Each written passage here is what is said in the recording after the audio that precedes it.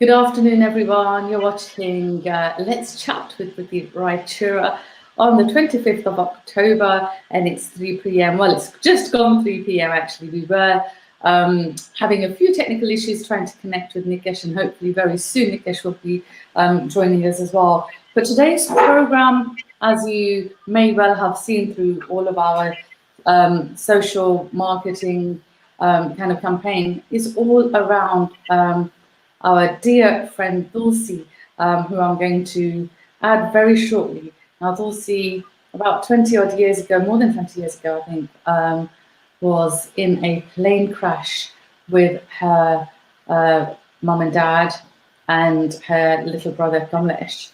And we're going to be hearing about her life story. And I think it's really, really important to connect with Tulsi. And that's because of the very situation the whole world is going through at the moment. Lots of people are suffering at the moment with the whole coronavirus.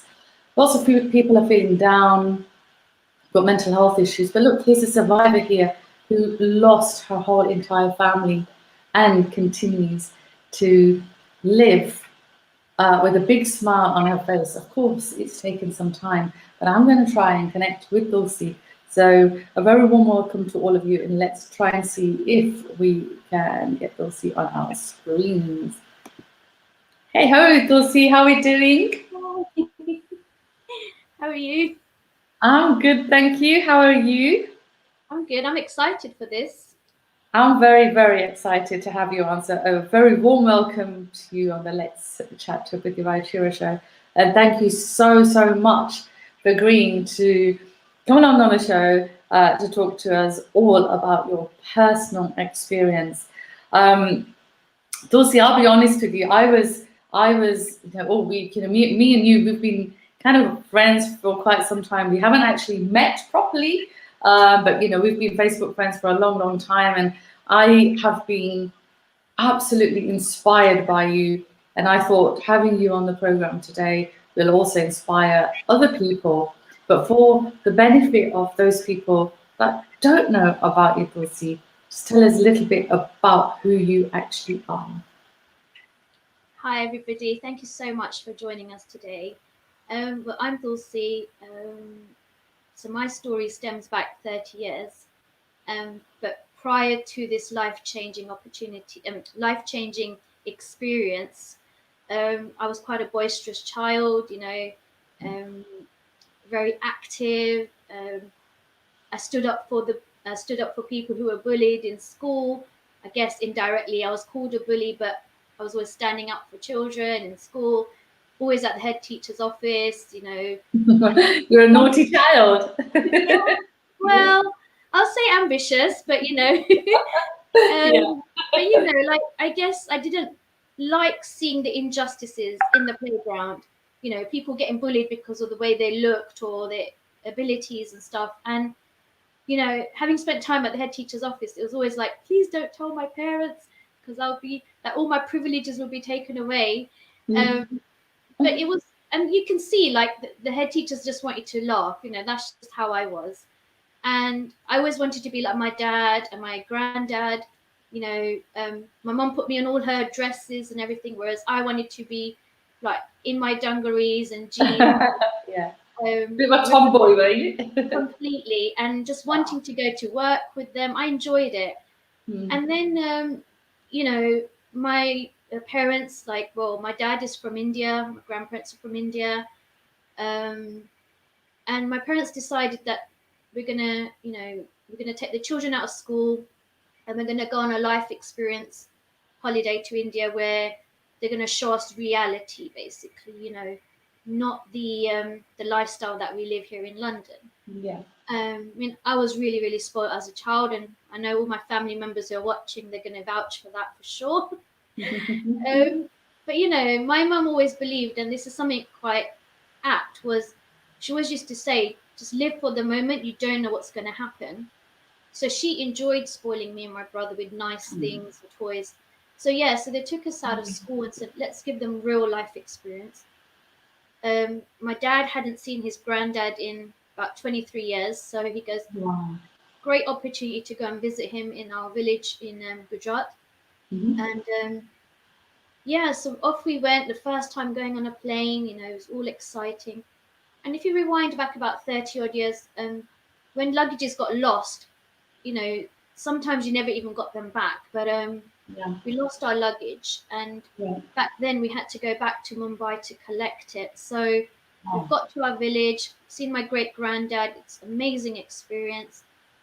And, we've said to him we're going to see him in a few weeks' time once we've done touring of South India. right.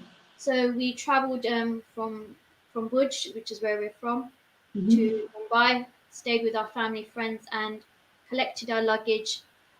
Me and my brother wanted to go Goa, Mm-hmm. um, but my mum and dad wanted to go Bangalore. Didn't even know what Bangalore was or what was there. I didn't even know anything about it. I Mm-hmm. suppose, when you're a child and you say India, it's always Goa, isn't it? It's the beach. Yeah. Yeah. Yeah. Yeah. So yeah, so obviously me and my brother reluctantly did go. And then I was fighting with him on the plane because I wanted to sit by the window. And Like to when there's do. an older sibling, you'll understand the little ones always get the way. So yeah, I was not happy, but anyway, so I was fighting with him, and then the next thing is I hear my grandmother's voice. Now I left my grandmother back in the UK a week and a half prior to where I was now, and Yeah. so it was quite weird that she was talking to me very close, because normally I would have spoke to her on the phone, and back then you can imagine I had to shout on the phone to hear anyone back home, right? Mm. But she was talking to me and she was crying. Now, anyone of that age and generation, they never showed their emotions. So Yeah. for my grandma to be crying, I was like, why is she crying? Like, so I, Mm. in my head, actually thought she's still on the plane with me. Like she's come on the plane and has come Mm. to surprise us. Mm. And where she's crying, saying, Tulsi, you've been involved in a plane crash and you look different. Mum, Dad, and Ganesh are no more. And I'm still confused because I'm still on the plane fighting with my brother. Yeah. Then she's on the plane with me, surprising us on this holiday. It Mm. just wasn't matching up. But I was under sedation, a lot of Mm. medication at the time. I was in a hospital in Bangalore. A young medic doctor just said to me, don't worry, Tulsi, I'm here to look after you. All the doctors Mm. are on the airfield site. There's been a big emergency. This voice was completely foreign to me. I didn't even recognize it. So I presumed it was like the air steward or something, like because he's telling me like he's going to look after me. I mean, I Yeah. presumed it's like an air steward, but like, why would an air steward be looking after me? Yeah. Um, and then it's not until I'm flown back to the UK. Now, the time between my accident, which is 14th of February 1990, Mm. to getting back to the UK, I'm presuming is about 18th or 19th February. I have no concept of time. Like, it doesn't mean anything to me. Uh, Mm. I'm greeted with my aunties and uncles and cousins here in the UK in the Mm. men's unit that I've been sent to. And again, they're saying the same information. You've been involved in a plane crash. You look different. But don't worry, we're here to take care of you. But in my head, I still thought they were there now to surprise me. So I've not only ever got my grandparents, but I've got all my aunties and uncles on the plane. Right. So that's what's going through my mind. Again, in and out of sedation, Mm. um, also in and out of theatre for skin grafts, obviously smoke inhalation. So a lot of things going on without me being so conscious at that stage. Mm. Um, all I know is I heard my family's voice every day. So they showed up every day, Mm. despite not being able to see me due to infections. They were always, they were always there in the waiting room, encouraging me, supporting me. So Mm. for me, they showed up every day. So for me, I didn't feel any different. I felt like just the Dulcie that I explained to you just prior to my accident. Mm. Um, it's only when about a month after my accident when they removed the bandages from my eyes, and I was so eager to see myself because they said to me, "Would you like to see yourself in the mirror?" And I said, "Of course I would. Like, why wouldn't I? Nothing's Mm. changed according to myself." I think they looked quite alarmed because it's like, hang on, I don't think she actually registered what's actually happened to her. And I remember holding that mirror up and I looked at that person in the mirror and that wasn't me. Like that, I literally thought somebody drew that face on because it looked like a joke. It was red, raw, there was scars, I had no hair, it's all been burnt and shaved off. That wasn't me. Um, but when I looked down at my left hand, like which you can see, it's quite heavily scarred. At the time, I had metal rods sticking out my fingers to straighten them. The scars were red, raw, bandages. Now, whether naively or optimistically, I honestly thought in a year's time there's going to be this magic cloth, they're going to disappear, so I don't really have to worry about this. And I suppose that was my way of coping with it. Because everyone around me just treated me as Tulsi, they didn't treat me any different. Bearing in mind, I guess they've had a bit longer to cope with how I look now compared to myself. Yeah. And they just and even the nurses and doctors, obviously they're used to this, so they never treated me any different. So yeah, I mean, I guess that's the sort of starting point of my journey, really. I mean, you were only 10 at the time. And, for a lot of people to lose their entire direct family, which is what happened to you, both your parents and your younger brother, and not having no concept of that at the time, like you said, you could hear your grandma's voice, and then when you travelled from India back to the UK, you were greeted by your uncles and aunties here in the UK. At that point, did it occur to you that okay, my mum and dad and my brother aren't around, but I've got my uncles and aunties here. What was going through that little mind of yours at the time? A 10-year-old. I mean, I've got a daughter who's 10, and for me, I don't think she's even mature enough to understand that if something like that happened to me and my husband, and God forbid, but if anything like that happened, how she would actually digest that. So in that little mind, what was going through, your mind at the time? Yeah, I think for me, I honestly believe, I don't know if I've convinced myself, but for about 3 odd years, I convinced myself that they lost their passport, and they lost everything, and they are going to come back for me. So that's what I believed.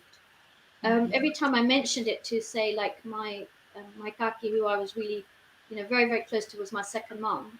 And I think it hurt her because obviously she knows the truth. They've accepted it in a roundabout way that this has happened. But hearing me say that they've lost their passport and they're coming back, I think no one could kind of correct me, or no one could say, no, it's not like that. I think they allowed me to believe that. But that helped me not talk about them, because the mere mention of their name, I didn't want to hear it. I didn't want to talk about it. I didn't want to address it. In my head and mind, going through until about the age of 13, Wow. I convinced myself so much that they were lost in India, trying to get their paperwork done to come and get me. Yeah. That I just stayed in that mindset. Right.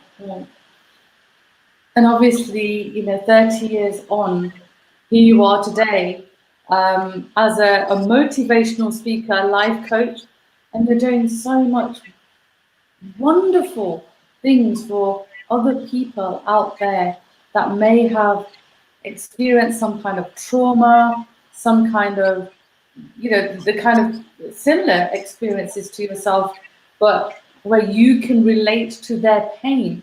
Tell me a little bit more about that. And I'd just like to welcome Nikesh.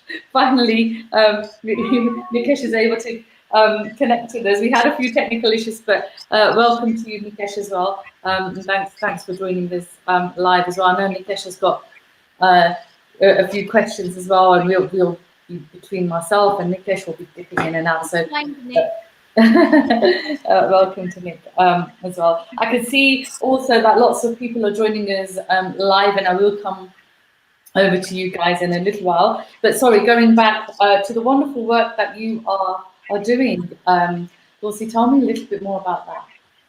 I think from a young age of like, as I mentioned, fighting the injustices in a school playground. Like I think from there I've been empathic, but at that time it's not something we talked about or addressed.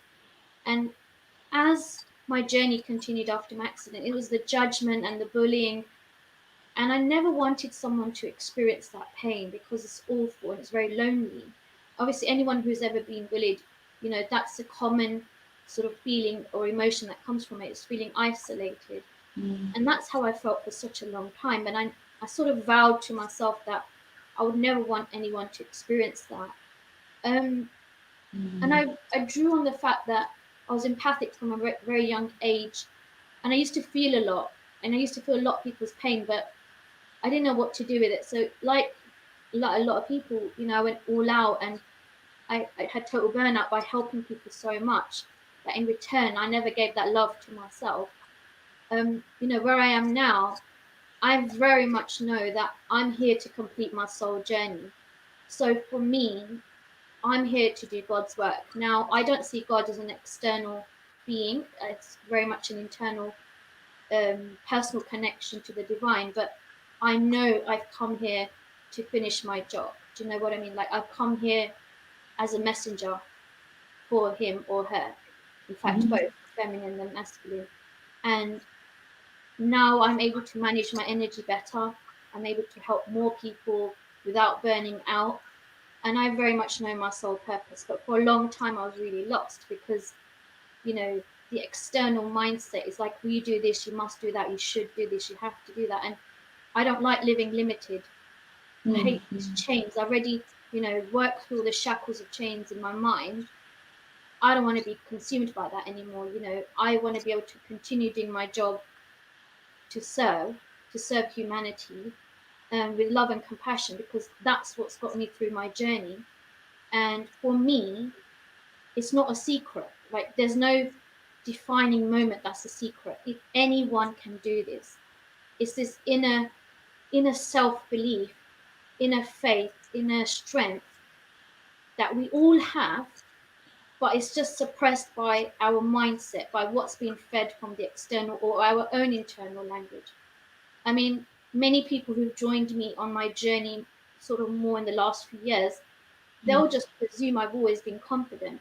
But if I shared with you just how much self-loathing I had, even now talking about it, I feel quite disturbed by the fact of how much I hated myself. Like I hated who I was. I hated all the experiences that I had. I hated everything. But it was in that hate is where I found my love, because I feel sad for that 10-year-old girl who had all this low self-esteem and low self-worth, and no one around her could do anything to help her, because culturally she was fed with so much rubbish. Like, who's going to marry you? Who's going to employ you? Who's going to date you? All of these So you were hearing these things as you were growing up? Absolutely. What, from people within the community, from those people within the Asian community? Yes. That's awful. I mean, that is absolutely awful. And part of the reason why we are here is to overcome some of those. Well, just to overcome some of those cultural, the craziness sometimes that our community talk about, because like you, I've heard things like that, where people criticize individuals. We've had people on the program here before. Somebody that comes to mind. I mean, we had Hina, and I know Hina's joining us right now as well. Hina was talking about her own experience last week. We've had Sonal Dave from London on a few weeks ago, and she was talking about, she was 40 before she got married, and she's got married to someone 13 years younger, and she was, hearing all kinds of criticisms. But why is it that our community still see beauty just on the surface? Why is it that people can't see beyond that? And what is beauty anyway? What is the definition of beauty? What is it? Just something that we see and say, oh, he's nice looking or she's nice looking. Is it just external? Is it just external? And I'm gonna bring in Nikesh here as well, because Nikesh, you've been doing lots of workshops around people, motivating people with spirituality, and I am going to bring Tulsi back to this as well, because Tulsi herself, you are a healer, Tulsi, because of everything you're saying. You yourself have not only healed yourself, but you are now helping others. I'm going to just bring in Nikesh into this bit, and then we'll have a discussion, a further discussion. So just coming to Tulsi, actually, just a very interesting comment that you mentioned about being bullied and feeling lonely. So from your bullying, did you find out if people must have been feeling very sorry for you also as well? So there's a big difference between people feeling sorry for you and people actually giving you genuine love and people bullying you. And I also think there's quite a fine line in between people bullying and people feeling sorry for you. Because actually when somebody feels sorry for you, it's a form of bullying as well. Because that emotional talk that they give, they're kind of luring you into a net, correct? And they're giving you some kind of false hope that actually, are they feeling sorry for you? Are they taking advantage of you? Are they laughing at you behind your back? But all of this does relate to a bullying in some kind of form. So could you, I think it's a bit of a muddled question, but would you be able to shed some light on that, how you experienced that, or how you could filter that, where you could actually tell if somebody genuinely was concerned, or if they were just feeling sorry, or were they using you as an advantage to bully you, through feeling sorry for you, trying to give that false compassion to you? Yeah, I mean, that's a really interesting question, Nick. Basically, I think for me, all of that combined is very much a definition of bullying, right? Because it's psychological, it's emotional, it's physical. There's so much involved. There was those who felt sorry for me, and uneducated information like, can you walk? Can you talk? Can you see? It's like, hello, I'm here. Like, can you hear? I'm responding back to you. So all of that started my mindset of like, am I never going to be good enough? Because that's where that stemmed from. I'm not ever going to be good enough because I can't talk, I can't walk. That's what the perception is. And then it was very much, oh no, poor you. What's going to become of you now? You don't have your family. And it's like, oh, let me take care of you. And it's all very much like, we'll give you the love until we don't want you anymore. Do you know what I mean? I think anyone who ever showed me that kind of very family type of love also took it away just as quick, because it was never consistent. So how would you compare it? Would you say that is false misconception, or is it actually true love? No, false misconception, because for me, like, obviously all of us as human beings, I always believe this, that our first breath is always love. It's always love.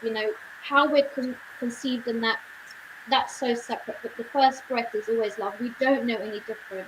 It's only after that are we conditioned, my child's going to be this and my person's going to do that. So all these expectations that I had for myself, what love looks like, because I'm now trying to find that familial type of unconditional love that I had with my parents. I'm trying to find that out in this big bad world, so to speak, well, good world. And anyone who ever showed me that kindness, I latched on. But when they couldn't do any more with that, they rejected me just as quick. So love for me was rejection. So it became part and parcel of my self-belief. So people can only show me love if I impress them. So I changed a lot of who I was to get For that type people. of And stuff. when did Penny actually dropped for you then, where you started befriending your own inner self, where you started recognizing your own energy as Shakti, and you started holding your hand of that energy to start taking you across your path? Well, my actual self-love journey started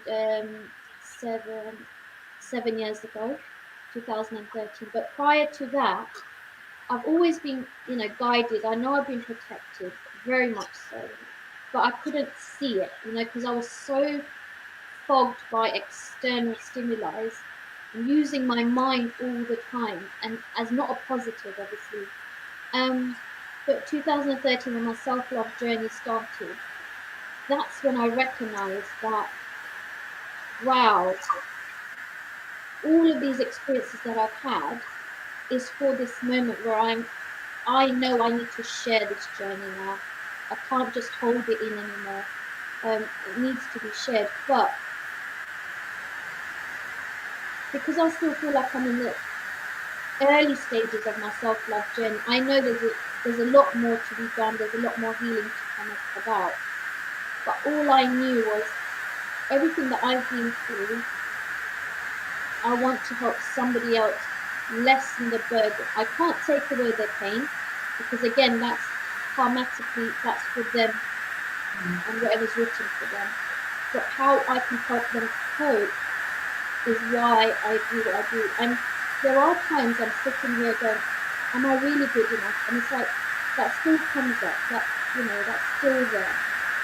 But that inner faith and that inner knowing that I've come here to do this job, that's why I do what I do. Okay, sorry guys, I'm sorry, Tulsi. I don't know what that background noise is. It's very, very loud. Can you guys hear it?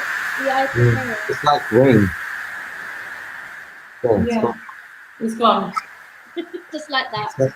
I think that's the higher energy talking to you, actually. I don't know what that was, but it got really, really loud, and I couldn't hear the last bit. It sounds like it's some kind of, we've been talking about all this Tulwanu and stuff and everything, so look, it's coming back again, you can hear it.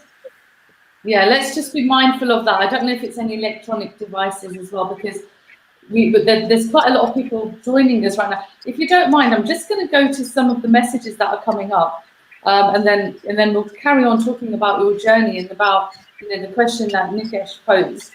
But I'm just going to say, kind of welcome everybody that's joining us right now live. We have Nirmala Ben Pojani saying, hey, happy Dasera.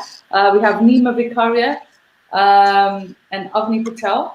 Nirmala Ben saying, thanks for sharing your story and courage. Parmesh is also joining us. Nima Vicaria, you're saying, may this conversation continue to filter and break down. Can you actually see all these messages? I don't know if you can see them coming up on your screens. Break down barriers in society and current reality and help enhance collective consciousness. Tulsi is a universal healer. Right, I want to know more about this. I love you. Lots of people are actually saying about, the fact that you are a healer. Naish is saying, hey girlies, hey Naish, hope you're well. Shamila, you're also joining us on YouTube. Hina from last week is also joining us. Nisha, Hit and Budia, you're saying, I know your story, sis, but just hearing it live again just confirms and just shows how far you have come and what a strong, inspirational, independent woman you have become. So proud of you. We have Mini joining us saying, hi, Tulsi, very inspiring. Thank you for opening up to the world. Deepa Shah Chakdar saying, such an inspirational story. We haven't heard the rest of the story yet. Hang on a minute, guys, you haven't heard the rest. We have the lovely Kathy, who was on our show a few weeks ago as well. She's your soul sister, she's saying, and you've helped her quite a lot. I know you're in touch with Kathy, because Kathy and Nav have only good things to say about you, amazing things about you, and I know that you guys talk like kind of every other day. And for those people that joined the conversation when Kathy and Nav were on our show, on this show, sorry, she spoke openly about, again, how we've got to all come together and change the current attitudes that we have, because Kathy and Nav have been in a same-sex relationship for many years and then decided to get married and had a Hindu wedding, an amazing, beautiful Hindu wedding. And she too had fingers pointed at her. It sounds like, Tulsi, you helped her quite a lot as well. We have Dakshaben Dalal joining us as well. And she's saying, Tulsi, you're an amazing, brave, and beautiful lady. The world needs women who lift and build others without judging. Now, Dakshaben, I bumped into earlier on this afternoon, and I mentioned that to you. Dakshaben has just released a book, which which we'll find out about. I'm not going to spoil the surprise for her. That's something she'll be sharing with us in the near future. Bana is also saying hi, Tulsi, and I don't see eye to eye. Maybe our energies clash, but she's a very independent woman and has overcome so much negativity and turned it into positivity. Now, I like that because that's going back to what you just said. That's and the conversation you were just having is that sometimes it's what Nikesh said. Bullying is also a form of feeling sorry for you. Well, actually, Bana's saying actually I don't feel so. We don't see eye to eye, but she embraces the fact that you're an inspirational role model, and she actually. What it is, I feel. I'm sorry to interrupt you, Priti, but especially within our culture, what seems to happen is when somebody decides to surface up, for example, let's say Tulsi with her story, people will applaud Tulsi. People will say, wow, you're such an inspirational person. But are they willing to take a step forward, and are they actually willing to take the change themselves? We can admire somebody, we can admire them, we can put comments and say, why does society do this? Why doesn't society change? But are we willing and are we accepting to make that change? Anybody can say it. An example, like a character like Tulsi, she's actually showing that she's walking her walk. She's not just talking her talk. Anybody can put a comment in and say, Nick, you're right. Yes, this needs to be done. But in their own household, they're probably practicing something which is completely against what they're cheering and leading up on. So this again, it's coming to false misconceptions. You can applaud somebody, you can say that you're great, you're brilliant, blah, blah, blah. But is this just to look good in front of society and your time? Yeah. But when it comes down to you, are you actually willing to make this change? Anybody, as Tulsi said, and as I was asking, this is what I'm coming to, that bullying or feeling sorry for somebody, and especially in our culture, when somebody passes away or something, people love to be part of that. Oh my God, I feel sorry for Tulsi, Tulsi, this, that. But they don't really care. They want to be part of that limelight, to be shown that they care about you. But once that phase is over, it's like, who are you, Tulsi, and who am I? And this happens so much, this falseness. And it's awful. And this is what I think, even when somebody is progressing in their own journey, it makes somebody fall down. Because that false misconception, and like Tulsi said, she would latch on to that love. Latching on to that love because you think that you're receiving some genuine love, but it's so shallow to understand what real love is and what false love is. Is this actual love, or is it just somebody's using you? And it happens on a daily basis. And this is why, Tulsi, I'm so intrigued to understand. I am putting you on the same platform as Jagdamba. Today is Dashera, the climax of Navratri, and myself and Priti, we are absolutely honored, and we're in so much gratitude to have you, because Dashera marks good over evil, correct? And you are actually a victorious person coming online, and you're sharing your story. But we would really also like to hear is, how have you arose above this? How have you come above this? And how is your Shakti been able to lead you? How is your Shakti showing you the way?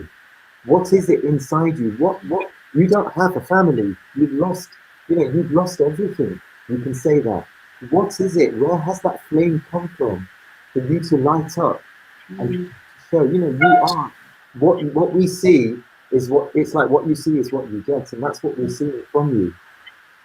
Please share this with us. Please love to hear this. That's so important what you've raised. See, like that word inspiration, for those who are very. I'm going to stop you there 1 second. Tulsi, your camera that's pointing to you is very fuzzy. Don't know if you. Oh, okay. Yeah. Okay, no worries. We'll have to join you on their own one. That's all good. I just. Just want to be able to see you clearly. Can you still see me or no? It's very far. I don't know if it's just. Is it? Can you see? Might be the reception, maybe. Might be your reception.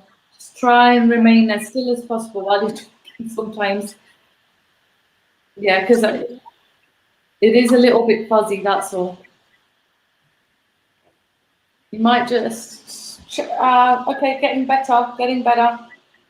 No, we're losing you again. But we can hear you. We can hear you. Come forward, yeah. Come forward slightly.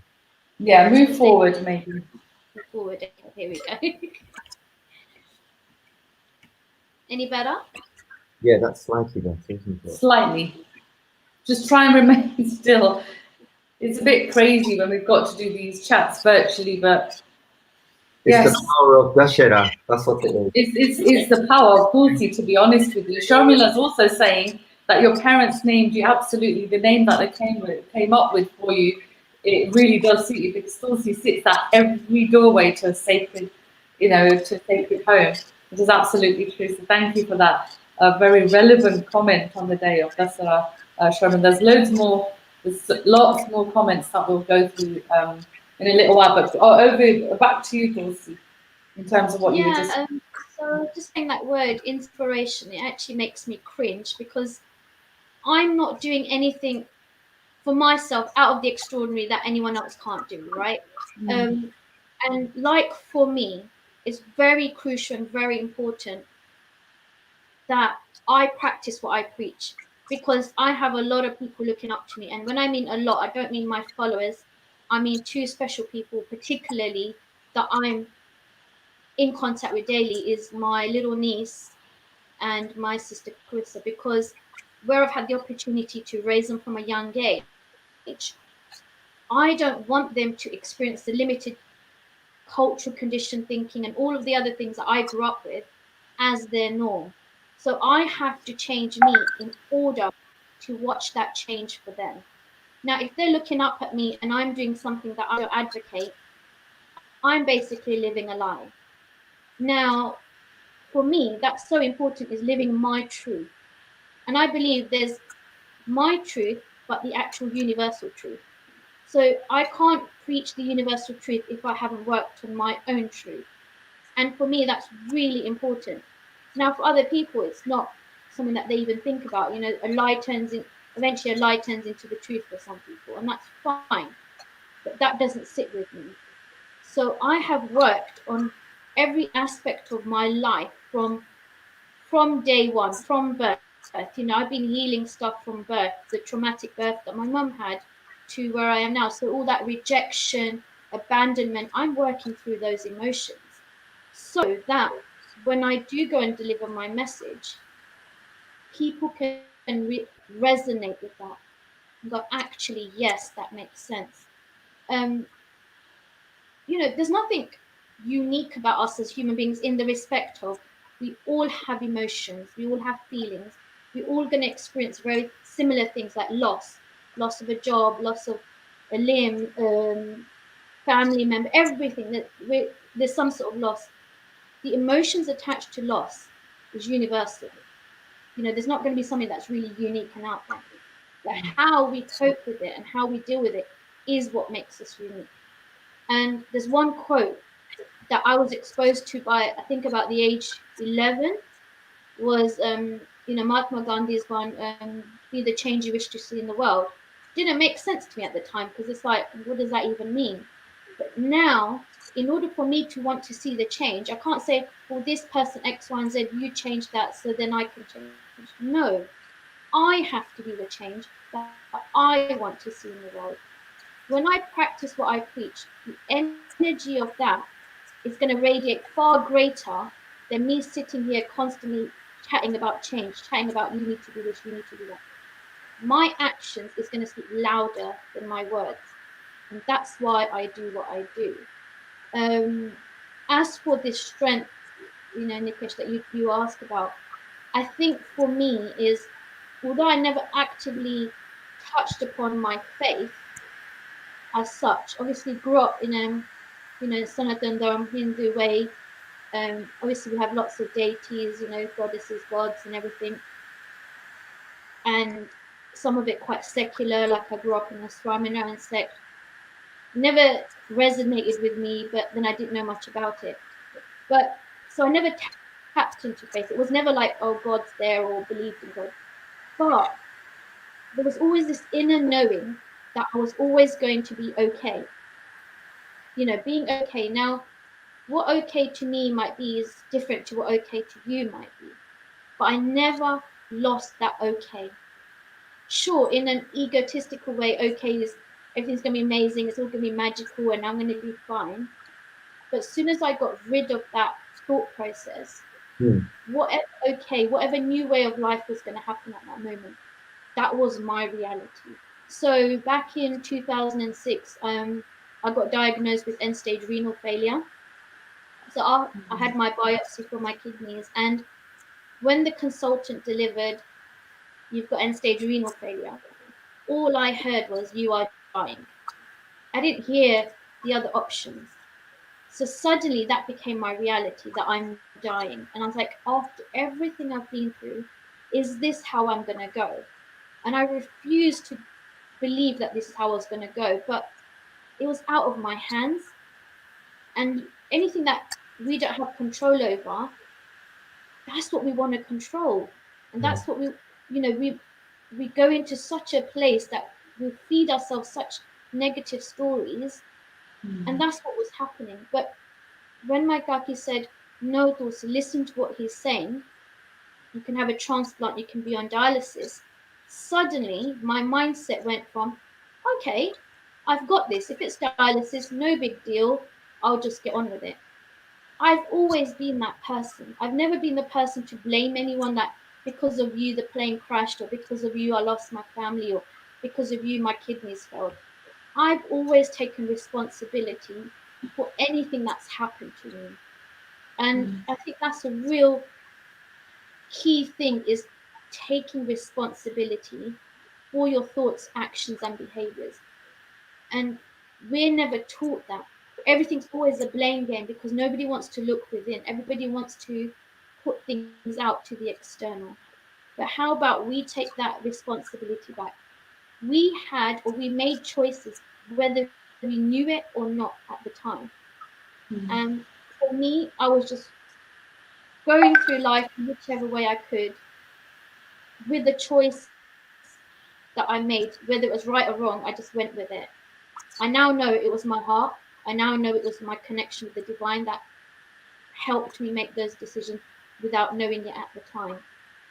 Do you feel that you've been, or initially while you're growing up, do you feel kind of hard done by because of all your life experiences from when you were a lot younger? I mean, you're still young, but what I'm saying is, growing up without your mum and dad, growing up without your little brother, who I know you were in awe of, although you two used to fight. Do you feel that you were, I know you've just said that you're here for a reason, and you believe in that now, that you're here for a reason and you're almost like a messenger. But did you initially feel hard done by the man of law? The only thing I felt hard done by for me personally was, I always used to say God took my looks. And then at age 10, I never really even thought about my looks, to be honest with you, because even back that time, it wasn't really a big deal. But I always said that. It's like, again, I was all measured by the external, that he took my looks away. Remembering that the essence of me was always there, but I didn't even tap into that. I was so consumed by the external. Now, fast forward where I am in my journey, the Lord Divine gave me the best gift, was the beauty to work from the inside out. And not many people get that, right? Not many people get the opportunity to work from the inside out. It's something that might happen later in their life, not at a really young age. So that conversation has flipped for me. Is actually what the divine was showing me was the divine light from inside. So that inner strength from inside was always shining, but I was just never taught how to brighten it, sharpen it, and to transcend it far and wide. So my version of beautiful, you know, something I campaign in the fashion and beauty industry is I want someone out there who looks like me. So like a fair representation of someone who looks like me. Because I never had that. However, for me, I am my own version of beautiful. Wow. I don't sit here and ask whether you think I'm beautiful or not. It doesn't matter to me. I don't give a damn. I'm the first to say that. Right? That's amazing. I'm not here to impress nobody. I'm not here to be liked by anyone. Right now, if there's 5,000 negative comments on the comment box, I couldn't care less. Good for you. Yeah. And, you know, I've made this grand statement about 3 years ago, and it's something I sit with now. I've not come here to make friends. I've come here to complete my job. And Yeah. when I say that, it's because I've come here to complete my soul work. And that's So what is your journey? What is your journey? Where do you see yourself? What change would you like to see in the next 5 years? Well, my change is to deliver my message of love and compassion, because with self-love and self-compassion, you can change so much of your mindset, so much of your journey. And that will transcend not only to yourself, but all the people around you. Like, I have to be the change in my family, so it gives them the permission to be changed for themselves. I Yeah. can't sit here and say, you need to change, you need to do that. I'm not responsible for anybody, right? We're all responsible for our own lives. We've all come here for whatever reason we've all come here for.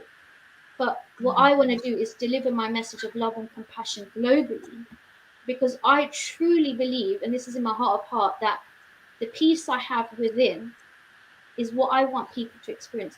And when people talk about I want world peace can only start if you work on your own peace.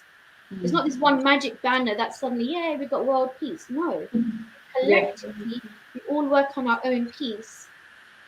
Can we actually radiate global peace, right?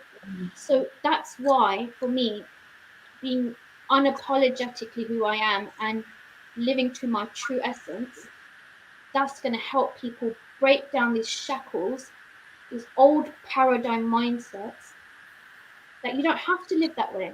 You can change the dialogue. You can change. You don't have to be stagnant. You can move on and you can better your life.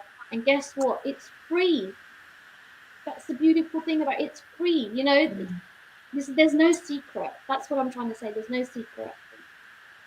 Did you ever find yourself getting trapped by astrologers or healers or people that saying that they could fix something for you, or they could connect you with your mum and dad as past spirits, and that that you've done so much bad karma, that's why this has happened to you, or were there people, were there influencers like this trying to get in touch with astrologers saying that give me X amount of money and I can do this thing now for you in order for you to gain some peace or whatever? What did you experience? Have you experienced this? I'm sure you must have in some way, Yes. shape, or form or the other. Yes, so I did. Many moons ago, some family member did something in India, like, you know, they do the grah thing, the time date or something. I think that's what it's called. Yeah, And then yeah, they wear this particular pendant or whatever it is, and it's going to shift all your bad luck. But the irony of it is, I've never seen my life as bad luck.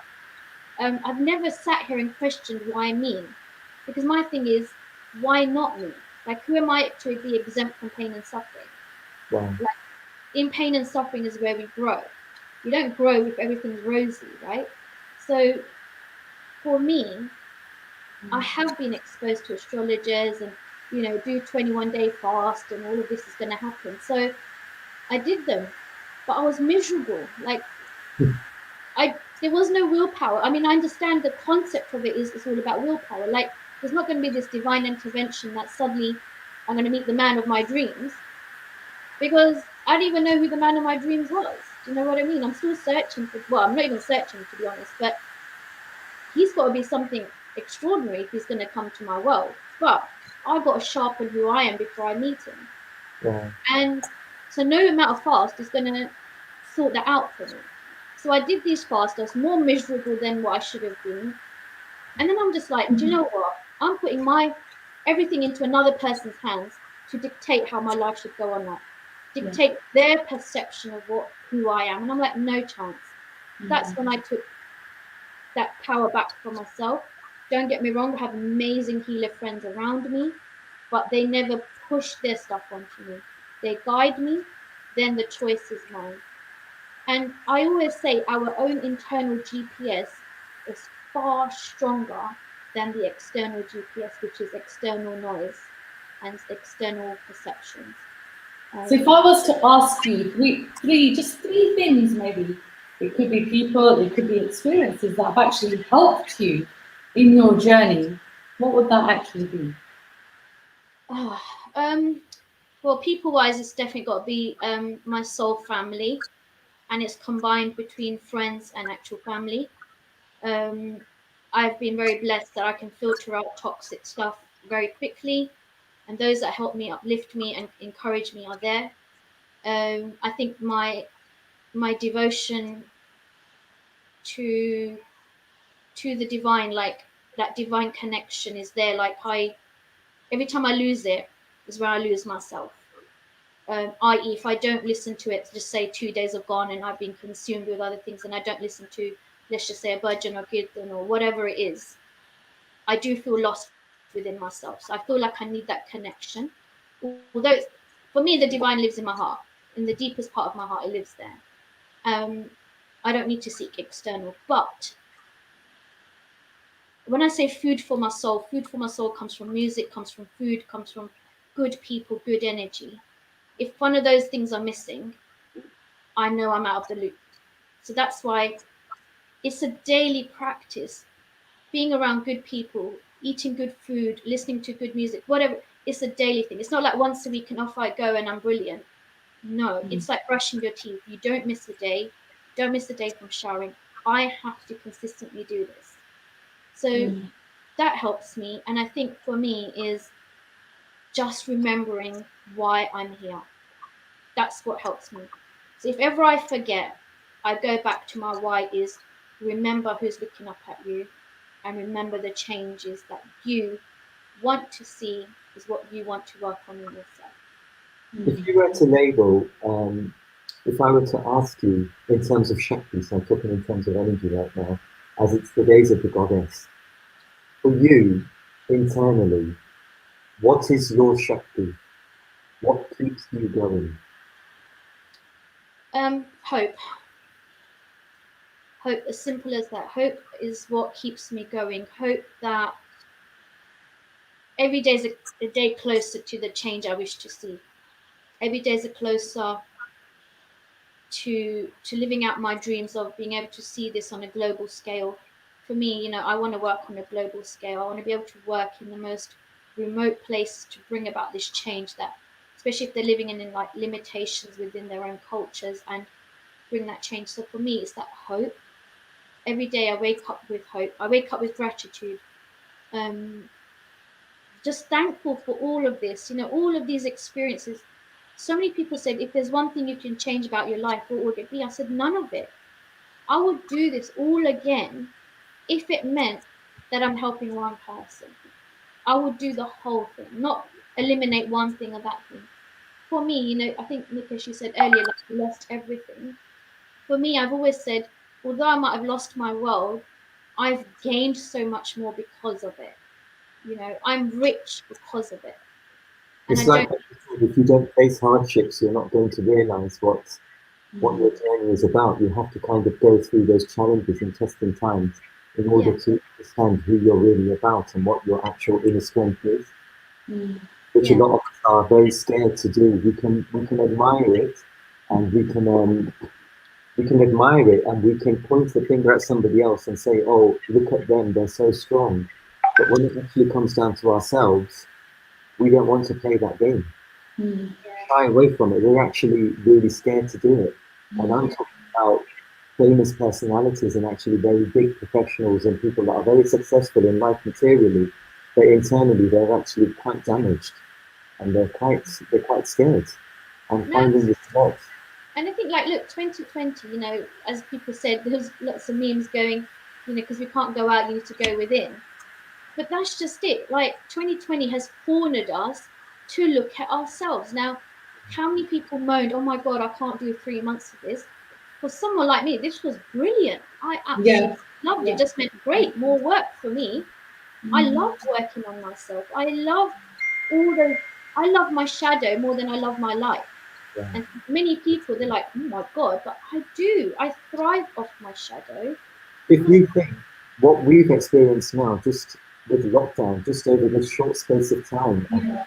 if I say it's the 6 7 months, you've faced that lockdown. You've faced that lockdown quite a long time in your whole journey of life. You Yeah, felt that isolation. You Yeah. felt that kind of COVID.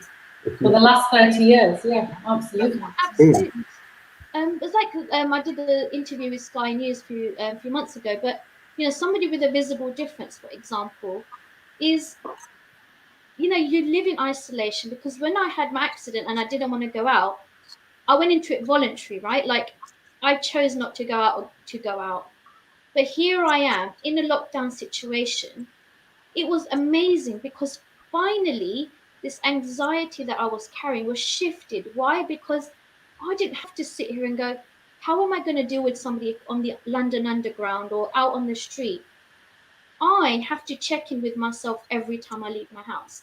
Now, I never saw that as a big deal, but having to now talk about it is a big deal. Every day, I don't get to just take off my scars, right?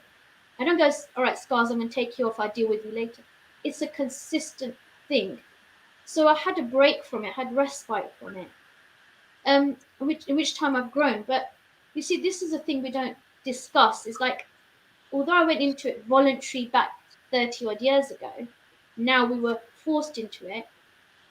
Obviously, I'm lucky that I've been working on myself, that I can look at myself. But there are people even close to me who struggled to see their own truth, struggled to see their shadow, struggled to look at themselves every day. And that was hard to watch. But for me, it was brilliant. I loved it, you know. But these are kind of things I talk about outside of what we're doing. Is isolation comes in so many ways. When you're working on yourself, it's a very isolating journey because there are people who will filter out of your life that don't serve you. We want to hold on to those relationships even though they don't serve us. We got to So, know it's okay. so how has this affected, or has it affected personal relationships, friendships? I can see that you have inspired lots of people, because there's lots of I've got beautiful those messages, comments as well. yeah, coming through for you at the moment, where people are saying, well done, and well done for speaking out, and you're amazing. But how has this actually affected your personal relationships? As on an individual level, you've already said, if there is a Mr. Right out there, and also friendships, because not all friends, or there's lots of people here also calling you a soul sister, because you've obviously helped them, and they have that much love and respect for you. They're not in your shoes. None of us are in your shoes. So how has your personal experience affected you in terms of your own relationships? Yeah, so I have been in relationships. They're not been anything long term or anything that is worthy of describing, to be honest. But I've always said anyone that I've met or anyone that I meet, yes, I will put my whole into it. But they're all just teachers. They're all just teachers. Everyone that comes into my life is a teacher.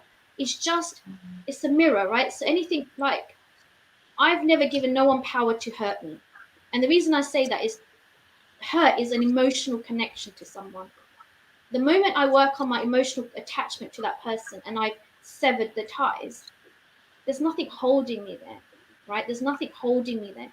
I let them go freely. I've walked away freely. I wish them nothing but love and light. And I thank them for all the lessons that they've given me. So whoever Wow. does come into my life on a personal relationship level, they've got to see past through a lot. And I do feel sorry for them more than anything else because for them to be able to work with me, my God, there's got to be something out there. But, Yeah. joking aside, each person that comes into my world is there to teach me. And that's it.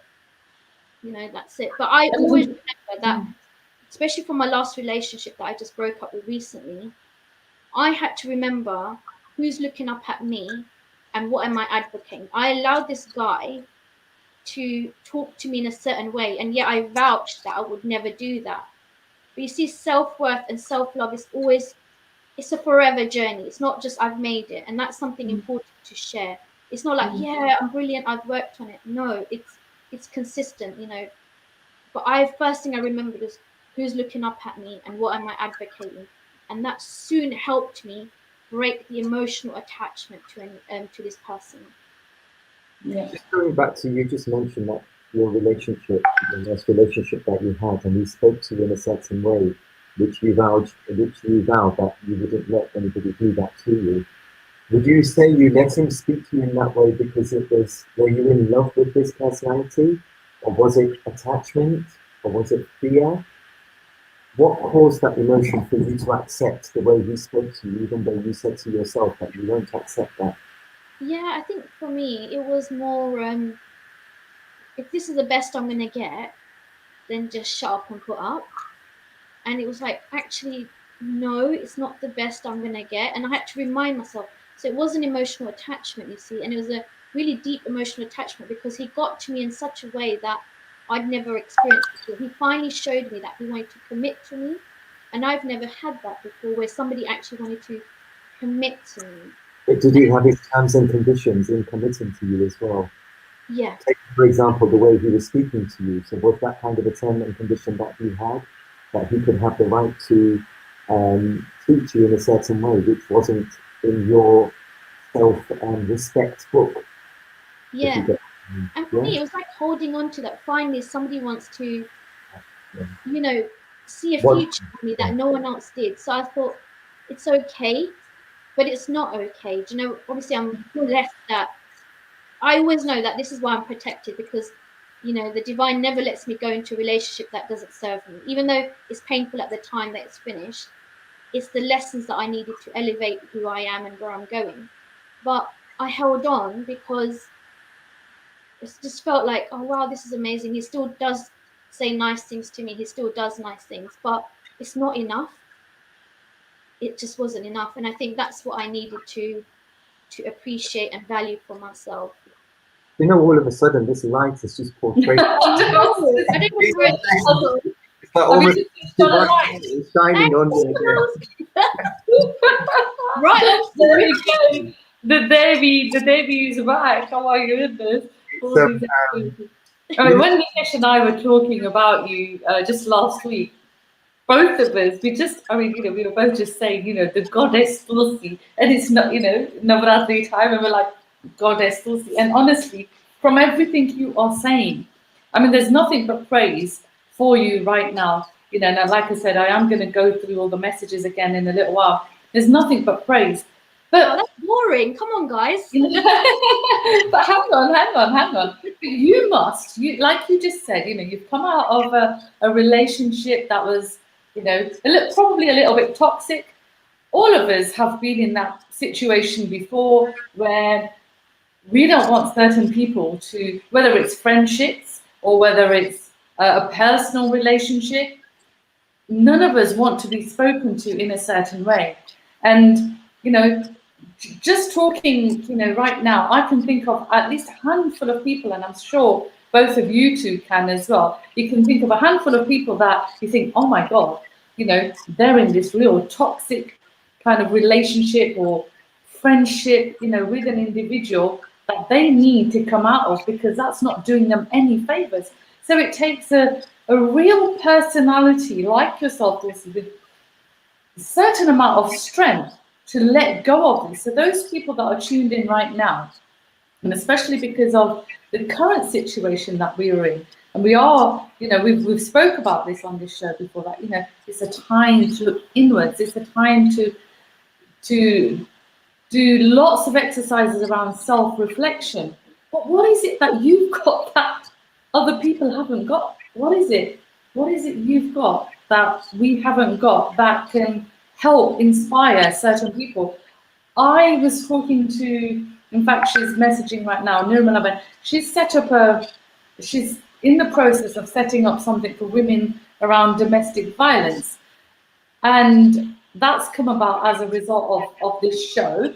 where women have come forward, spoken to certain individuals because they have been experiencing, self-neglect, but also, they have been experiencing the lack of self-esteem because of their toxic relationships. What advice would you give to them? I think what we need to remember on an individual basis is we are here for our own journey, right? We are not bound to anyone. We're not tied to anyone. It's conditioned thinking that made us believe we need someone in our life, and we hold on to them, and it's okay to accept the toxic side. It's not acceptable at all. That's just the bottom line. It's not acceptable, right? Individually, as human beings on this journey, on this earth, we're all souls, right? We're all souls. We're all humans before we're anything else, and we all deserve love. That's why we are here. We're on this journey of love. We're not on this journey of hate, or you don't have to put up with anything. That's one thing you need to know. You don't need to put up with anything. You are a valuable asset to this society, this world, and you need to remember that. What you bring to this world on an individual basis, we need that. Okay, so we don't need sheeps. We need lions, right? We need solid lions, individual lions, and this is why I think it's easier said than done. Just get out, of course. Do you know what I mean? When you're living in it, but it's that self-belief, that inner light. We all have a light. Don't ever think you don't. It might be burning a little bit dim, but you have the power to brighten that light by feeding your soul, by feeding your heart. And that's what's important. Now I'm going to just ask you another additional question there, because you're saying to feed that soul. Now, throughout your journey, like we've discovered, you've experienced something that a lot of people haven't experienced. You've also said that, when people have asked you, if you could change anything, would you? And you say no, because this is about your journey, and actually you're on this earth for a reason. But early days, you also looked at alcohol and drugs to help you overcome that depression, to try and gain some more self-confidence. Tell me a little bit about how you transformed from abusing drugs and alcohol to who you have become now. Oh, wow. So I started off with soft drugs initially for about age 13, 14. Really? Yeah, That and young? that young. Just met some people outside of school. They accepted me for who I was. The scars were never the issue. And it's just like, do you want to try some of this? And it's like, no, not really. I'm not into drugs, and that fear of, the attachment to it. And I just started, and it just numbed the pain. It just numbed everything for that short time. And it started off from, weed, cannabis, and then it went on to heroin, went on to cocaine. But at the end of a cocaine line, it's just empty. You get this high, and then the low is just so horrendous. The thing is, I never stayed in that for long. And I say long, I mean 2 years. And then in that time, so age 16, 17, now gone on to alcohol route, because suddenly I can. Starts off with shots, starts off with cocktails. Um, Obviously, cocktails, it's a mixture of drinks, so there's not one that was better than the other. It just all tastes the same to me. And that helped. And suddenly, I wasn't this insecure girl. I was somebody that, oh wow, look at T, the life and soul of the party. Oh my God, she's so cool. She's just smiling, she's buzzing on life. When I went home from, say, a bar or a club, I was never the pretty girl that I saw at the bar. I was never the one that the guys looked at 3 times over. I was the ugly friend. And So the alcohol, as it was wearing off, not only is the hangover just as intense, but the feelings and the emotions attached to feeling ugly was just as strong. So I'd go and do it again, and then again and again. I was known to have like 3 drinks in one hand in a night. That was normal. And being drunk all the time, it was who I was. You know, it was brilliant because I was suddenly just this tea that everyone really liked and just wanted to be friends with and have all the pictures with. Every time I go home, it's that horrible, lonely feeling again. And around 2000 around 2004 is when sort of I stopped drinking because I used to have a lot of friends in northwest London and I'm based in East London. So I used to drive a lot. So I thought, well, obviously I'm not going to drink and drive. So I stopped drinking. But the withdrawal symptoms were just as horrendous because it's like suddenly I've just got to be me and I don't like me. So how is anyone else going to like me? But bearing in mind, all my friends did like me. I just couldn't see it. My family liked me. I just couldn't see it. You can see that they were all alarmed and worried, but I just didn't want to hear that. You know, I didn't want to hear their concerns. And um, then I've had my kidney transplant back in 2009 and I'm able to drink again. So off I went out drinking and still the same kind of feeling, you know, have a really good time, get high, come home. I'm just not that beautiful person that I see in the bar.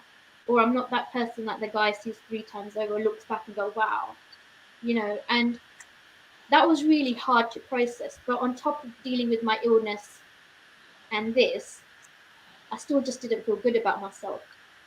But 2013, when my self love journey started, well, just a bit prior to that, um, I didn't like the taste of alcohol because if somebody asked you, T, what's your favorite drink? I couldn't tell you because I didn't have one. I couldn't taste it. I don't know. Like if somebody drinks, like, let's just say red wine and they like a particular one, it's because they like it. It's not because they want to down 50 bottles of it. Do you know what I mean? There's a difference. So I couldn't tell you which one. I can't say, oh, I like vodka and lemonade because it tasted the same as it did Jack Daniels. You know, to me, there's no difference. So that's when I realized actually I don't need this. And obviously, It's similar to what you're saying. Sorry to interrupt, it's like, but again, coming to, you know, when we're talking about true love and somebody feeling sorry for you, that kind of, and it's like what you're saying about red wine, actually tasting the wine or just downing 20 bottles. It's a very similar kind of experience, I think. Because you've gone through this addiction journey of what you've learned to recognize through substance, but also that same theory applies to people where you can actually filter down people and you can tell that is this person actually genuine or is this person doing it for a reason? And it's very similar. The traits are very, very similar. And it's really beautiful how you're actually explaining this and your exposure, you exposing this to the public, to all of us.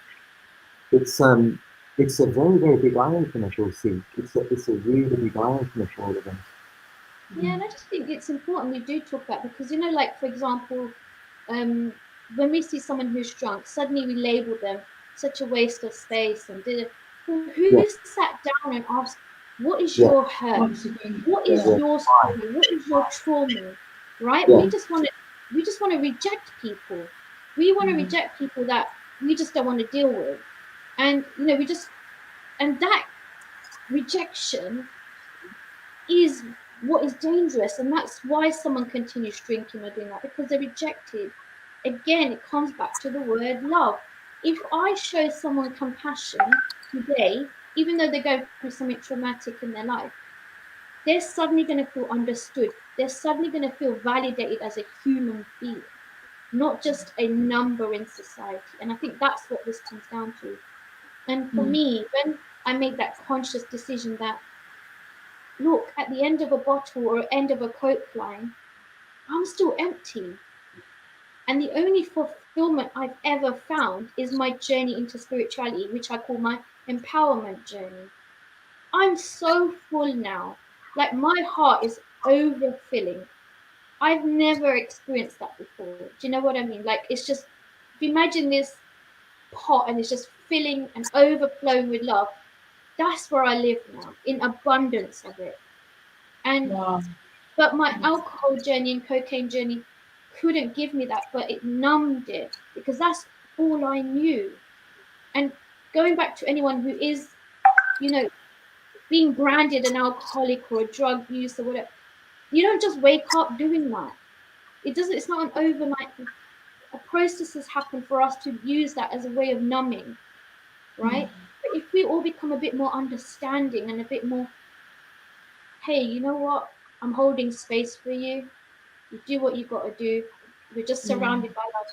That person has the ability to grow. I don't know if they're going to, but they have the ability to. This is similar to maybe what we were talking about last week about bandwidths and bui and buas, and bringing this subject back in. So this is coming to a vulnerability. When we're vulnerable, we can turn to drugs, we can turn to alcohol, we can turn to tantrics, we can turn to astrologers.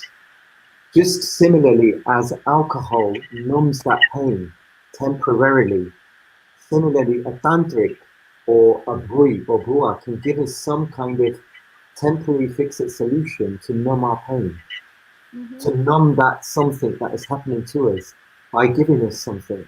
But then when that spell finishes, just the same as like you said, when you went home and that alcohol high came to a low, you drop even further than you were dropped before.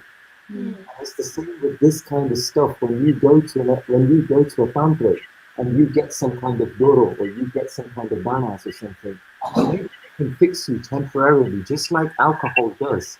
But then when that effect wears off, you're in danger even more. It's learning to reckon all of this is hand in hand. You look at it. When you're vulnerable, when you've got something, when you're desperate to find a solution or you've lost somebody, you'll go to anybody, you'll turn to anything to find a solution. But the real solution lies here, and that's what we can't understand. And any external influence will try their hardest to try and bring you down, whether it be substance, whether it be people, or whether it be society. But like you, we've got to stand strongly. We've got to deepen our roots. We've got to lay our foundation. Just like your name is Tulsi, just like the Tulsi plant of devotion. That devotion has to grow. And we've got to reach the divine. Your name spells inspiration, Tulsi. Tulsi Divine 108. That's the mala. I mean, and I haven't planned what I've just said right now. This is coming literally. It's such a simple theory. And you're explaining what you're saying, you're a healer. You're saying your story, and that is an actual healing story. You're showing the world everything lies inside your guts. You've got to trust inside. And it's so important, especially at a time like this.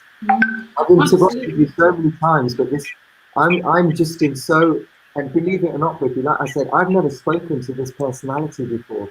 When we were in the park that day last week, they got a message, Tulsi, and I haven't even spoken to you personally, Tulsi, even though I've done some work with you, as in like we've exchanged, spiritual gifts. But this is the first time we're speaking, face to face, virtually, and it's really overwhelming. It's beautiful. It's really, really beautiful. Now, something both of you have actually got in common is tattoos. Tulsi, you love tattoos. I know you love tattoos. I'm not going to ask where you're hiding some of these tattoos, by the way, because I don't even want to know about some of those. But tell me. There's no explicit ones. Oh, really? I know you've got. Is it a lion? Is it a lion you've got on the back of your of your leg? Is it a tiger? Tiger with blue eyes, yeah. Tell me more about these tattoos. Yeah, so the tiger at the back of my leg. I had an opportunity for a BBC documentary. So they gifted me a tattoo, and it's something that's sort of life changing. So for me, it represented my family. And tiger, each stripe. So for me, it represents I've earned each stripe, from things that I've gone through. A tiger is very much, it stands on its own. It doesn't need everyone to show it like what it is. It just turns up as its own beautiful self. And the reason the blue is because I'm very much about the throat chakra. You know, I'm here to speak my truth. I speak my truth, which for a long time was suppressed. And blue eyes is something, you know, for me, eyes are the journey into our soul, so to speak. And the blue is very much, it will make you stop and think, and that's kind of who I am. You know, make you stop and think. And yes, it was actually dedicated to my family, really. I think for me, the most precious, I've got a few that are very just quite a bit more personal, is my Sri Yantra one, which I've got on my arm. Okay, it's got So it's like again, you're not very clear again on the screen for some reason. yeah, I'm not sure, can you see that? I can see bits of it. Yeah. Yeah, so the So Sri Yantra on my arm was very much, it was done in full meditation. The tattoo artist was from Brazil, and it was the most amazing experience. You know, full meditation. Didn't even know it happened. It was just beautiful. really, It just came to life as it came to life. The other special one I have on my back is Buddha and Krishna. So for me, Krishna is love, unconditional divine love, and Buddha is compassion. For me, hand in hand, they walk together. Um, it covers the whole of my back. It's 16 hours of sitting. no way, Um, seriously. 16 hours in intense pain, and the last 2 hours, I said to Hotus, who did my tattoo, I don't want to do anymore, I can't do it. He said, after everything you've been through, you got to sit the next 2 hours, you can't leave this incomplete, this is my work. I said, I can't, because you are giving up at the final hurdle, come on, this is not. And it was quite significant, but you know, that's hand in hand. Yeah, so these are all like kind of personal, but my most very personal one is this arm that I have on my neck. So again, you might not be able to see it, but there's an arm there. And the reason there's an arm there is because that's the first sound and the last sound I want to wake up to. It's the only vibration I want flowing through me on a daily basis. And my love for Jamaica, so the colors are actually all Jamaican colors. Oh, I love it. So it's kind of all hand in hand. But yeah, so they're all personal, but yeah, for me, tattoos represent my way of taking control of how I decorate my body. You know, I didn't have choices with my scars, but I choose how to decorate it. And everyone expresses themselves personally. Like, you know, some like to sing, some like to dance, some like to draw, paint, whatever. I like to decorate my body, and that's my way of expressing. So yeah, that's my little journey with tattoos. That's amazing. Now, going back to your little brother, I saw in some of your videos that you've got a little bag, but you also have a love for children. And I know people that are joining us right now want to know about your love for children and why you've kind of decided not to have children. Is that right? Yeah, it's a personal, obviously, it's a personal decision, especially as a woman. You know, again, it's like when you're going to have a child the moment you're married. It's that consistent, relentless conversation. And for me, when I was on dialysis, I couldn't have children. I wasn't obviously even in a relationship to even think about it. And then I had a transplant, and suddenly I can have children. So it's again shifting a mindset. Um, but where I was so ill with my kidney issues, I consciously made that choice that I won't have children myself, because it would be selfish for me to bring a child into this world on the basis that I don't have a partner.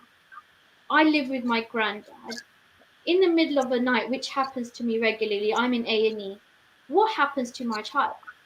Right? And I don't want this child pillar to post being raised by someone else, because I don't have anyone in close proximity where I can call them in the middle of the night and say, hey, take this child. Do you know what I mean? Like, I've thought about this in such a way that I've actually made peace with the fact that I'm okay with this decision. It's not what serves others, but I'm not about that, you know, because for me, a love for a child is obviously unconditional, and it's 100 and gazillion% attention. The universe blessed me with a beautiful child 19 years ago. It's my kaka's daughter, Carissa. And my kaki was so amazing that she allowed me to just take over. Like, I mean, I held her first when she was born. She was always with me. And she inspires me to be a better person as I'm inspiring her. And even till today, we are still close. Never knew that the universe already made me a mom without me actively knowing it. Because the energy I gave her, the time I gave her, the commitment is literally like what a mum would do. It's second to none. There was nothing she was short of. But now I don't have that energy. And I know you can say you never say never and all of this. But the thing is, I just don't want to. I like my life as it is. I like the fact that one day I might be in this country and that country doing my work. Mm. So for me, it works well, right? So again, it's about choice. We shouldn't be knocked down for the choices we make. We shouldn't be judged for the choices we make. Somebody makes a decision. It's not just like out of thin air. It's because they've thought about it. They've worked through their stuff to be able to say what they do. And I'm happy to talk about it openly. What once was painful, I can now talk about. Um, but I still love them. All these children that I'm surrounded by, my nieces and nephews, they're all mine. They're my babies. Do you know what I mean? So I do what I do so they don't have to live these chains at the age of 40. They don't have to do that. They can have liberation from now. And that is me doing my role as a mom. Sure. Wow. And I'm actually just lost for words and feeling a little bit emotional as well, I guess. But if you could change, I know you've already said that you wouldn't want to change anything about your life experiences, but if you could bring about change in the world, what three things would that be? What three things can you think of that you would like to change? That through your life experience, you can motivate individuals. Like, for example, lots of people may have lost loved ones because of the current climate, because of the pandemic that we're all facing. Lots of people may have, we've all lost loved ones. We've all been in a situation where we have lost someone that we love dearly. We all probably know of individuals, young people that have turned to alcohol and drugs as a way of trying to cope with situations. What advice could you give those people, and what change if you could make just by a magic wand? What would that be? I think first and foremost is like silent the mind so you can listen to what is important to you. And by that I mean is take time out of your day where you're not around other people, not influenced by anyone, and listen to yourself. Really listen to what you want, what is important to you, and be the true version of who you are unapologetically. Be the true authentic you. You're not here to impress nobody. You are just here to live your journey. But the thing is, we've been conditioned that you need friends, you need this person, you need that, we've all been sold this holiday package. But this is not a holiday package. It's not. You know, It's you not. don't need nobody to verify who you are, right? And you don't need a blue tick on your Instagram and Facebook to verify who you are. I'm sure your passport tells you who you are. Do you know what I mean? Like, just be authentic to your own brand. Very true. And fundamentally, everything that you resent in others is just a mirror of what's going on for you. And really hone in on why you don't like something about someone. It's just because you've got to work on something about yourself. I do that. Like there's times, like for example, if jealousy creeps up, why am I jealous? I start looking at myself. Do you know? Like I love self-work because it's not a nice trait to have. Jealousy is not a nice trait to live by, and it's important to acknowledge, but it's important not to live there. And that's the thing with everything I do. I don't live there. I don't live in my emotions. I don't live in anything. I just I'm just present. And yeah, look at all these things that you see in others and work on those for yourself. And fundamentally, I would say, is take responsibility for your own thoughts and actions. What others do around you has got nothing to do with you. And when I learned that about myself, it's like if somebody likes me or doesn't like me, it's actually not even about me. It's just whatever's going on for them, you know. I just give you really something silly example. I do work with body confidence. It's obviously taken me a long time to love the body that I'm in. I wore a bikini I mean, I wear bikinis now in general, but I wore a bikini at this spa, and like I said to my friends, people are either going to look at in awe with you, or they're going to look at in disgust. Either of those things has got nothing to do with you. So when you go about your business, you go about your business. You're either going to inspire someone to go, wow, oh my God, she can actually do that. I can do that. Or if they discuss it, it's because they've been conditioned to look at beauty in one way. Going back to something you said earlier, Priti, about beauty and conception, was we grew up thinking Bollywood was our idols. That was our version of beautiful. Even they don't like themselves. Even they don't like who they are. So why should I adhere to even look like that? They don't It's like a me. whole false misconception circle. It's all Completely. false. It's, yeah. Completely. So we just sold, like I said, a really false holiday package that just doesn't exist. So create your own, sod everyone else, and go and live your life your way. That's the way. Love it. I absolutely love it. I'm gonna go over to some of the messages. We've already been through some, so I'm gonna try and scroll up and go back as far back as I can. Sheila saying Jai Shri Krishna, Tulsi, Nick, and Priti, Jaima.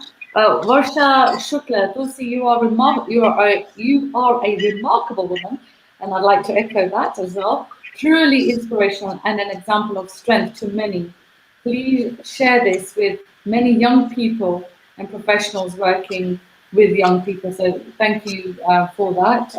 And yeah, of course, those people that are tuning do share this, because Tulsi has spoken about her journey from a young age, from when she turned to drugs and alcohol, but very quickly realized that no, this is not what's going to bring her the love and peace that she's looking for from within. Nina, you're also saying, Tulsi, you are a beautiful person, and it's all sending you lots of love. Thank you for that, Nina. Dimple, you're saying, well said, amazing lady. Premila saying, Tulsi, you're an inspiration to others. I know a lot of people that look up to you. That's amazing. It must be all the amazing work that you are doing, because Tulsi, you are a motivational speaker, and you are a coach, and you also sell healing crystals, don't you? Just tell me a little bit more about those healing crystals, because we've spoken to Nikesh about that. Nikesh also, makes his own spiritual jewelry. But you're somebody, again, very similar. Tell me more about the crystals that you sell. That again, all very new to me. I'm wearing it now. What's that?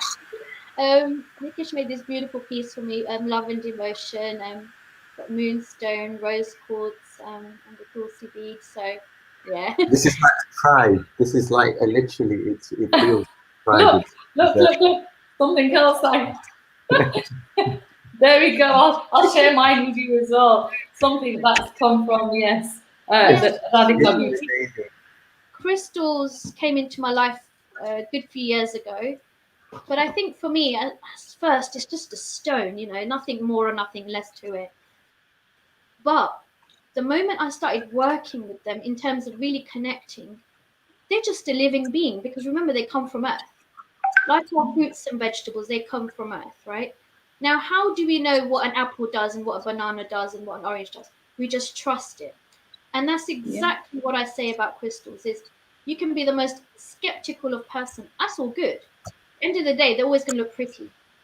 And one day when you wake up feeling good, hey ho, it could be anything that made you feel good. But I truly believe it was a vibration from the earth via these crystals that helped shape it. I mean, currently in my house, I have at least over 1,000 pieces of crystals. My house is fully gridded.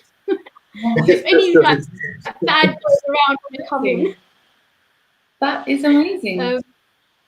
But again, they're just little bits that have just come into my life, you know.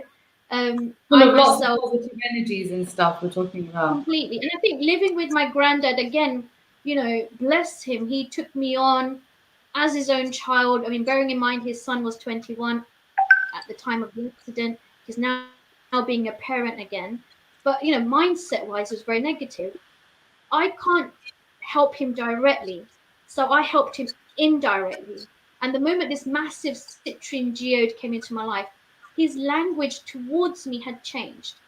Nothing else has happened. Don't get me wrong, no life-changing experience has happened where he's suddenly going, right, I better grow a conscience and talk to her better.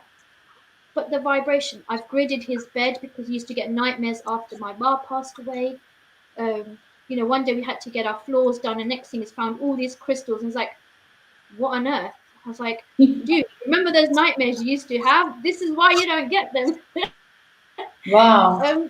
But like I've gridded my house to protect, to whoever comes in my space will always leave with love. They'll sit there with love, they'll leave with love. And that's what I'm about. Now, I do my own crystal consultations.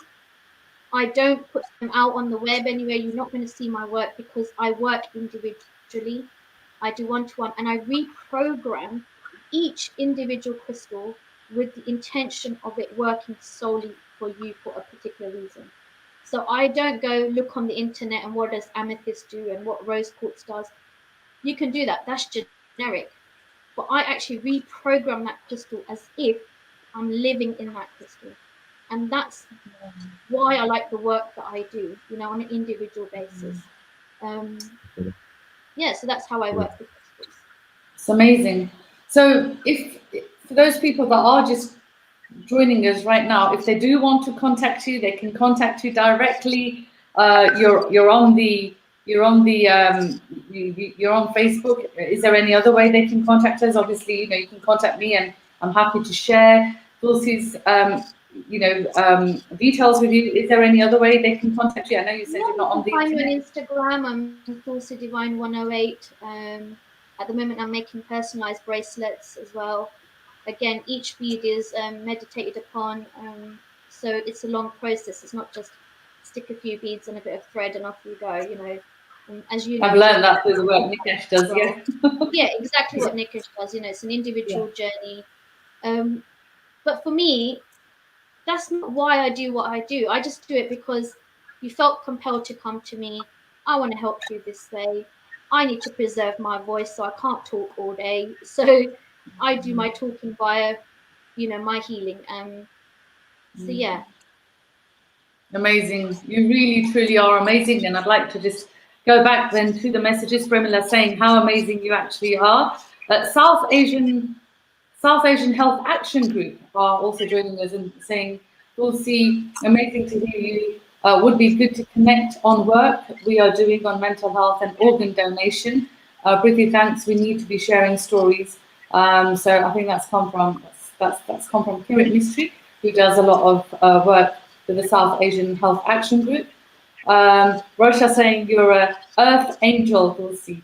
I think she's more than that. I don't know who you are, what you are, but all I can say is... We don't need to know. It's okay. All I want to say is I want to give you a big hug, and I'm going to get all emotional, so I'm going to give you a big hug. I'm going to get all emotional now, but you've been amazing. Thank you. I'll take over. Yeah, I don't think you can read the messages, but it's you really are your name. Like I said, you are actually like the Tulsi plants. your divinity is actually shining, and it actually shows that you don't have to be religious.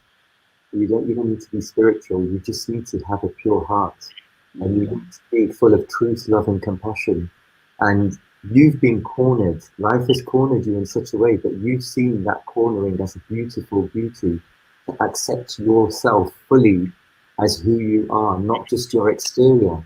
You've actually dug in deep inside, something that probably most of us won't be able to do in many, many lifetimes.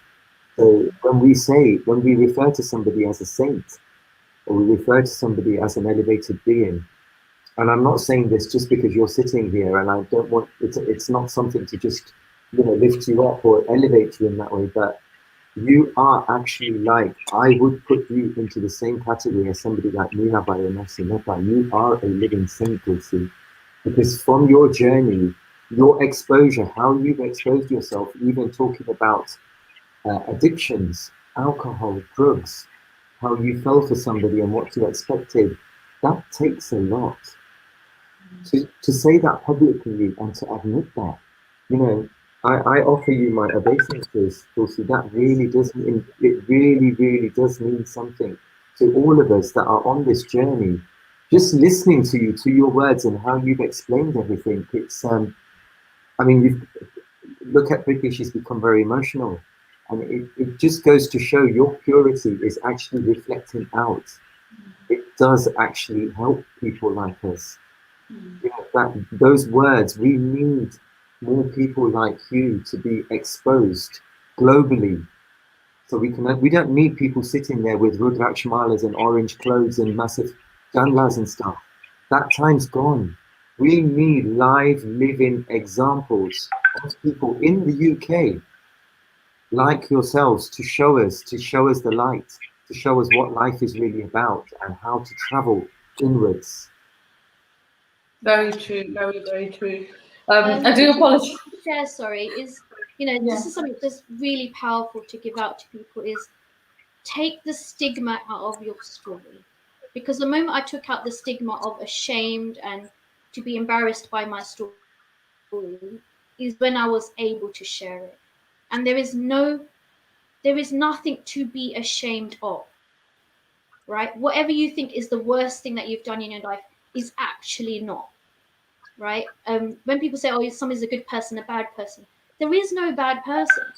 It's just somebody who made different choices. And I think when you go to share your story with whoever you share it with your best friend or out in the public arena, take away the stigma, the negative stigma of your story, and just live your story from the truest essence that it is.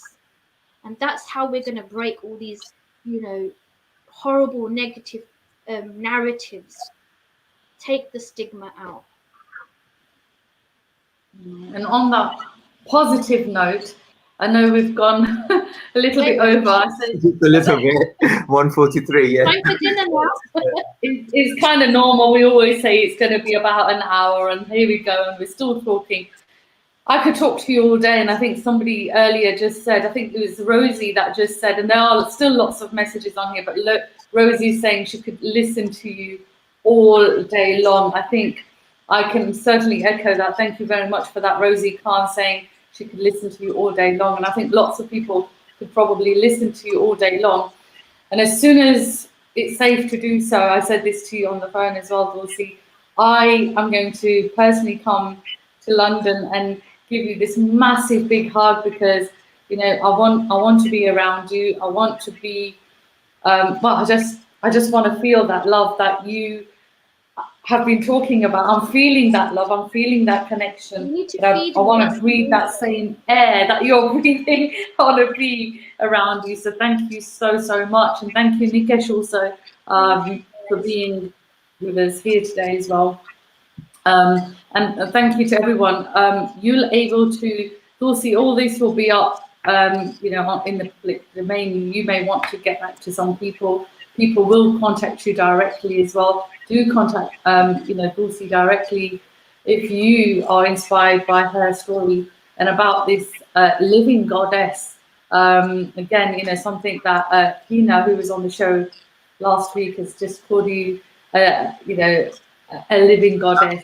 them by Can all I means. just say something actually? Yeah, with Hina, like Hina, thank you so much for sharing your journey. It's not easy, especially when you come up against people who don't get it and then they want to put their 2 pence in, and you know, you are incredible. Again, thank you so much for showing your light, showing a part of your journey that once would just been mocked or whatever. No, you're changing the game. You're owning who you are. You're fantastic. For anyone who doesn't know Hina's journey, you know, do go and follow her.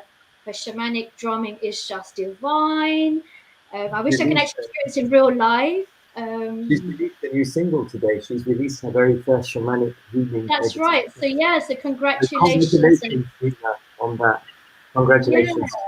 So you know, this is all about uplifting each other. This is not about It oh God, is, here it she goes is. and what. Yeah, No, come on, guys, let's support each other. Let's uplift. absolutely. The time of being jealous and suppressing is gone. It's boring.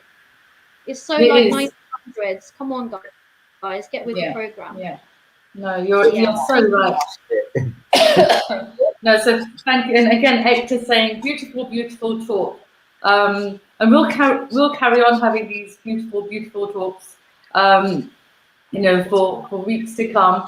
I just feel for the last few weeks I've been speaking to so many inspirational people all from London. You know, last week we had, like I said, Hina, we've got you here today, Tulsi.